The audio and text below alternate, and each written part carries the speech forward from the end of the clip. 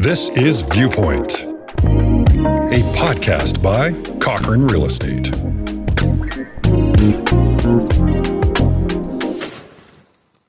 Hello and welcome to Viewpoint, the podcast from Cochrane Real Estate. I'm Corey Duchateau and I'm here with Harriet Murray, the owner and broker of Cochrane Real Estate. Hi Harriet, how are you today? Very well, thank you. Today we're going to talk about buying property in Mexico. And Harriet, you have a lot of experience with this topic, so let me ask you some basic questions. First of all, who's buying in this area in Jalisco and Nayarit? What types of buyers are you seeing? What types of people are coming here? Where are they from? What ages are they? Well, we get a very big cross-section, and that's been probably one of the best things. We have older people, middle-aged people, and young people because they come for different reasons. And it's very popular with the Canadians and the Americans. It's an easy place to start assimilating into a different culture if you're interested in that and not going so far from your own original home where you could go back when you need to. But basically, we're selling to the North American community, condominiums, homes, selling businesses, and offering also commercial buildings for sale. So they're integrated into the community. The majority are doing that and not in the bustling city of Puerto Vallarta, for example, or Bucerías. When those that want to be really retired are usually in a less active community, but just beautiful because the west coast of the country is unique with the tectonic plates that move, create a lot of rivers. And when you have rivers, you have villages. So we're known for our culture on this side in excess of any other part of Mexico. So the short of it is the Americans are the largest population of expats that we can define. Although people will tell you it's very hard to track expats. We jump around. But one of the things that's interesting is the huge amount, almost 70% increase from 2019 to 2022. And we have many more Americans here than previously in any one time. You can say it's a fact that Canadians and Americans love to come to Mexico. I'm seeing more people here in the last 3 years that are in their 30s, 40s, that age group. Are you seeing buyers in that age group? You have it, and you have them come in certain kinds of waves. It's because our lives have changed, and many people can be mobile. People can be working here, many people remotely. The job market changed for that. A very interesting thing is there are many Ukrainians here and a number of Russians that came after the war, and they have great jobs here working as IT, living in condominium projects where they have gated communities and pools, and it's not in the city, and it's a reasonable price, and they can raise their families there. And what they do, they're so good at IT, we were informed that they do a lot of contract jobs in Canada. Many of them are waiting for their permission to immigrate to Canada, and some decide to stay here because the people are so warm and welcoming. And then it's very hard in the United States for anyone to get in, as you would imagine right now. So Mexico is in a good position to get a lot of talent. Yeah, and speaking of talent, you were talking before we started about musicians and artists that have been coming here. Can you talk about that? Yes, my office is in the middle of the arts district, and it didn't start that way, but it has grown over the years, and now they consider it the arts area. Well, people are always, and I learned this by going to many times to Santa Fe, true artists are attracted to the light. The natural sunlight makes a big difference to artists. So we've always had a vibrant community, and many of them, of course, are indigenous people, are naturally very talented. We have a lot of beautiful pieces from Huichol and the Cora Indians, but the art is very attractive here to people. And many other people come to learn a language, and many other people need a job. And one of the things a clever other person that is on the media says 7 reasons not to come to Mexico. And when the great thing was he eliminated the things that were helpful, but there weren't things like crime or anything. There would be things like the kind of job you could have, what you could expect in payment, or what you would expect in trying to create a small business, because you have to first know what the culture is going to be like and who's here, and then appeal to that. What about the musicians you mentioned earlier? We'd learn that because people, if they're here, they want food, music, and the water and sports, but they also like entertainment.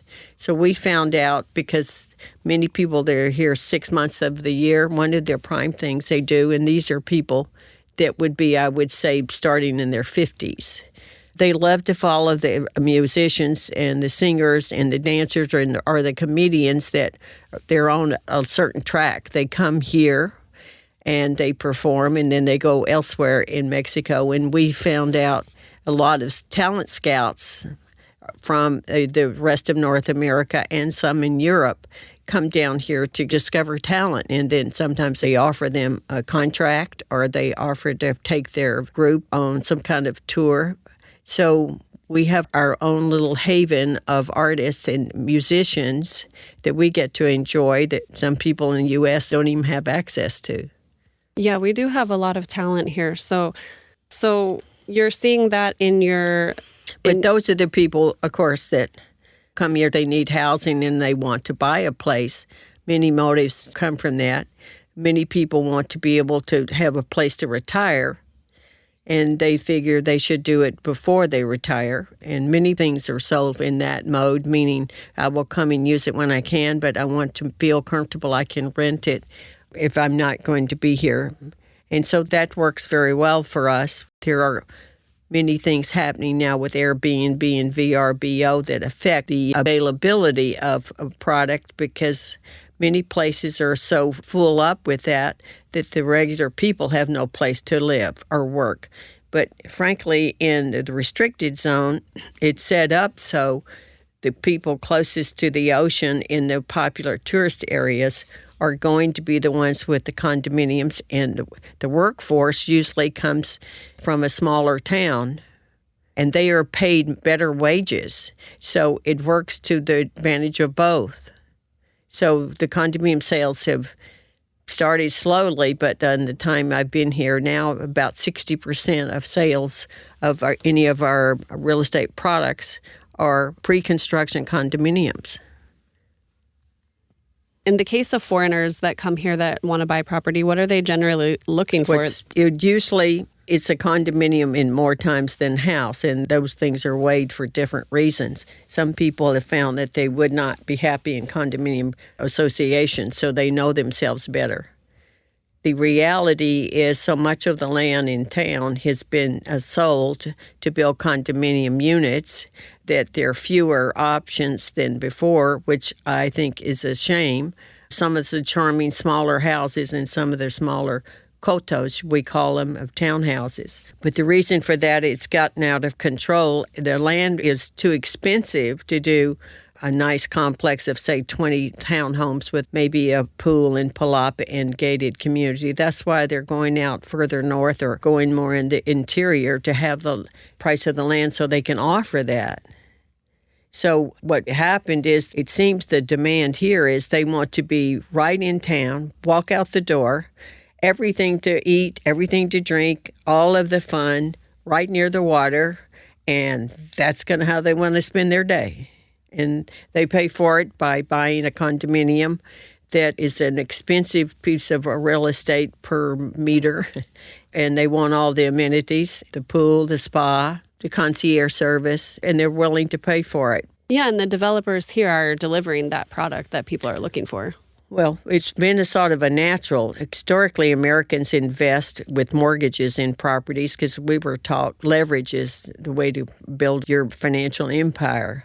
Leverage also means that you have very little of your own money in something, and if there's a downturn, you could very well not be able to pay the mortgages on all those assets you've acquired, and you will go down the tubes. So in many reports, it indicates Americans have taken that leverage so far that many of them don't have enough for retirement. But here it's sort of beautifully played into the hands of the need for how do you do a condominium and have them pay $500,000 cash, because we don't have mortgages per se.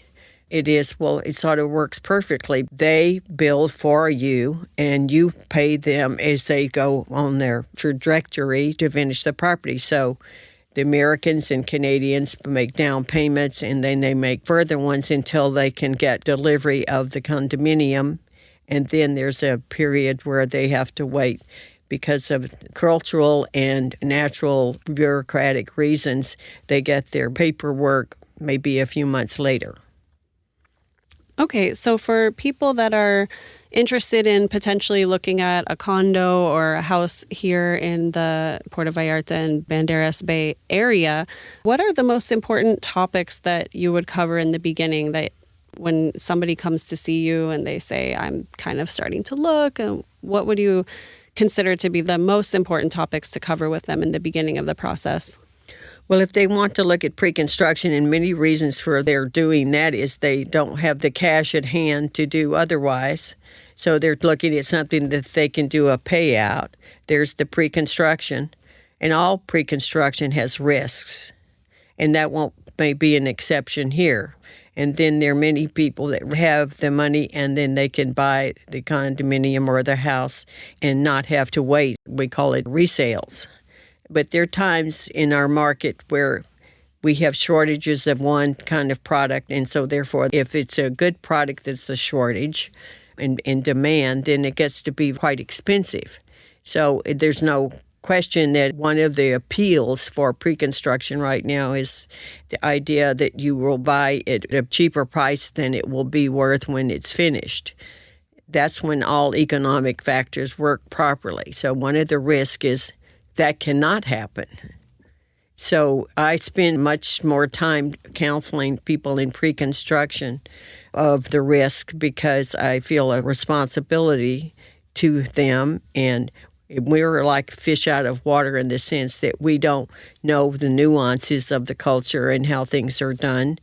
So I'm pretty tough on making sure they work with me, and I have a team, and one of the team members is going to be an attorney of the ones that I vet that they choose to work with, because how in the world would we get through all those legal papers that constitute the property in Spanish, 75 pages, all in legal size? You can't. So the simple thing is you can't go in blindly. So we come up with a team, and that just worked well, and I'm very happy to say any of the people that we have helped have generally been very ecstatic about the results. And when there are cases of a developer failing to go forward, we're going to be there with them the whole time and demand and want to be able to help them get over the hump. What could that be? Well, sometimes they don't plan that they have so many things to do after just construction. They've got to plan for an HOA, a legal HOA association. They have to realize that. They have to know that we are in trust and we are beneficiaries because of the laws in Mexico. And so we have the rights of possession and selling and leaving to our heirs, but we are beneficiaries. We're not the owner of record. All those things are a lot of technical things, but it means that the developer is strong in his skills like that or hires the right people. It's a smoother transition. Mm-hmm. Location and price, those would be the first things that you would talk to about. Yeah, well, over time, I had to deconstruct all this myself to know what's the most important thing. And right now is to really see when you meet them where your corresponding is, what their interest is. And if they really want to do this, we can help them, and we will help them, and we will put them ahead of a commission because I'm just that demanding of myself.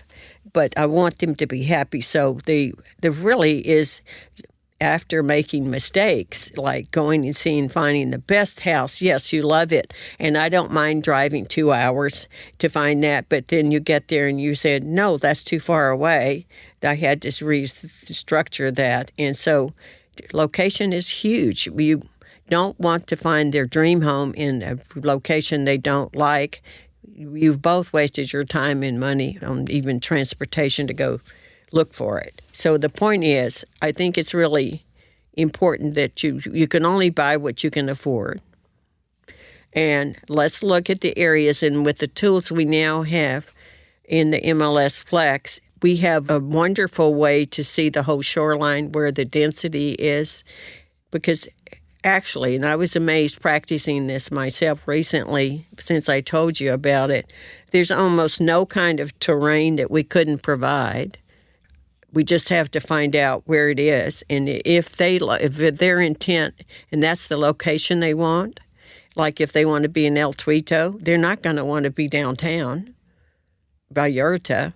We've got to look for things, and they can change their minds. That's easy with this technology now.